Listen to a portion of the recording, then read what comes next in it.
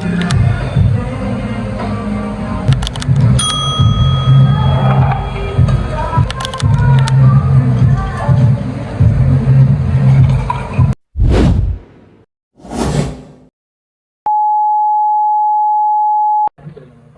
perkenalkan, nama saya Darsam Wiradi, MPC Psikolog atau biasa dipanggil Psikolog Adi.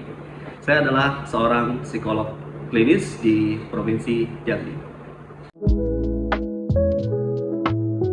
Oke, alcohol use disorder atau gangguan penggunaan alkohol. Ini adalah kondisi medis di mana seseorang kesulitan mengendalikan untuk mengkonsumsi alkohol.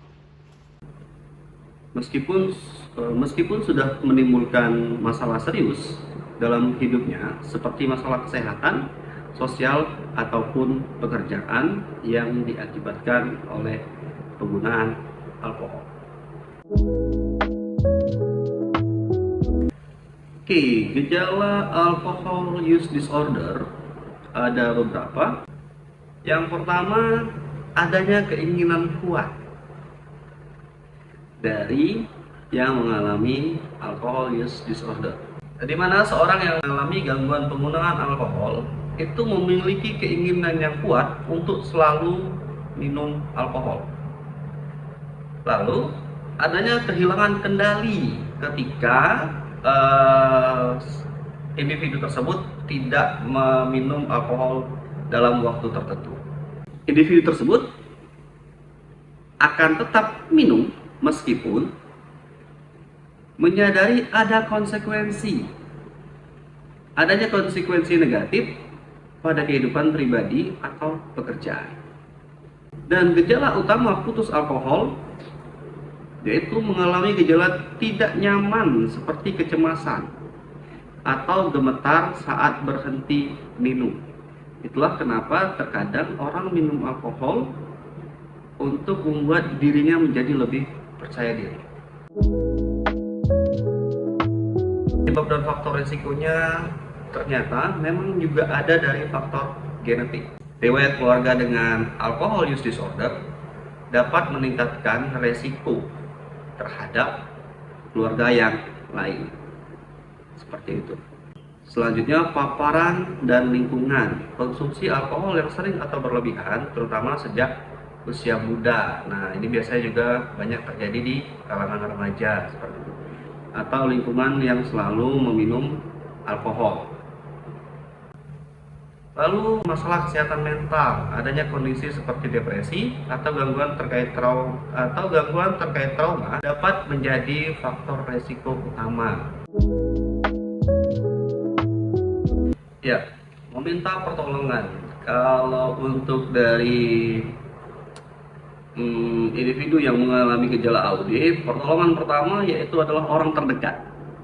Orang terdekat, sampaikan ke orang terdekat jika individu yang mengalami AUD ini ingin berhenti, seperti itu. Atau yang paling benar adalah datang ke ahli seperti terapis perilaku atau psikolog. Pengobatan efektif AUD dapat diobati melalui kombinasi terapi perilaku, obat-obatan, dan atau kelompok pendukung. Nah, bisa jadi mencari komunitas pendukung untuk berhenti minum alkohol, karena sekarang sudah banyak komunitas-komunitas yang seperti itu. Komunitas cemas, komunitas berhenti minum alkohol, komunitas berhenti menggunakan narkoba dan lain-lain seperti itu. Pentingnya profesional dengan alcohol use disorder harus berkonsultasi dengan penyedia layanan kesehatan untuk mengeksplorasi pilihan perawatan yang sesuai dengan kebutuhan individualnya. Nah, jadi mungkin selain kondisi psikologis ada juga kondisi medis. Nah, jadi perlu kolaborasi antara psikolog dan dokter nantinya, seperti itu. Mencari kegiatan yang baru yang tidak berhubungan dengan alkohol. Nah, ada yang namanya behavioral activation. Nah, itu juga harus didampingi dengan psikolog untuk melakukan yang namanya behavioral activation. Jadi mengaktifkan perilaku baru untuk tidak selalu minum alkohol. Nah, supaya cairan di otaknya bisa lebih seimbang. Seperti itu, seperti melakukan olahraga, kegiatan sosial seperti itu. Hobi dari individunya seperti itu. Oke, ini yang paling penting. Apa sih peran lingkungan dan keluarga ya? Peran keluarga yang paling utama. Jadi jika ingin saudara Anda, teman Anda, saudara, suami, istri, anak, atau siapapun itu untuk lepas dari penggunaan alkohol yang kronis seperti itu sangat perlu sekali. Mungkin tadi di awal saya sudah bilang, boleh dimulai dari keluarga dulu untuk tidak memfasilitasi mungkin, atau menanyakan secara langsung kepada individu yang mengalami AUD apa yang menyebabkan dia selalu ingin minum alkohol.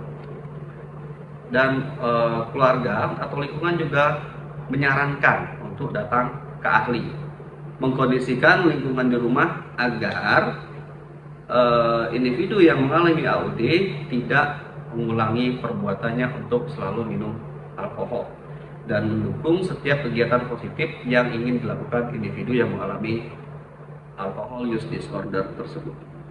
Gejala AUD ini tidak semata-mata langsung muncul seperti kita bahas di awal. Bisa jadi disebabkan oleh lingkungan atau individu itu sendiri yang ingin meminum alkohol tersebut. Ya, kalau dari lingkungan kan memang ada klub yang mungkin menyediakan seperti itu.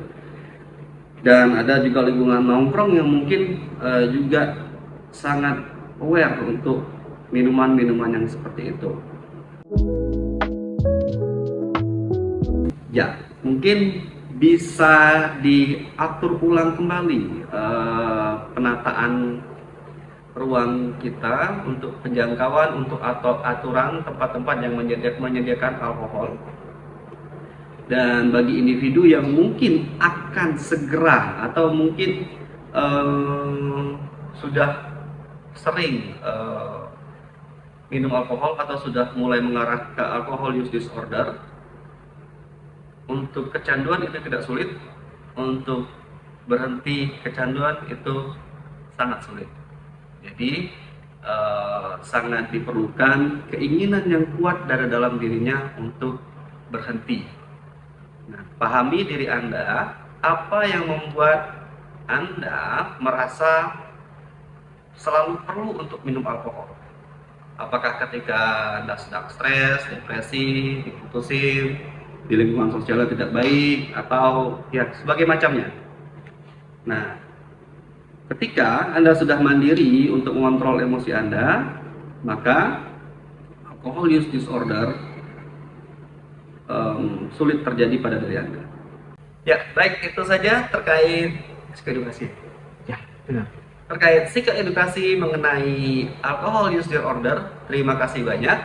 Semoga bermanfaat untuk para penonton dari video ini. Alcohol use disorder berawal dari sebuah kebiasaan yang terlihat biasa saja.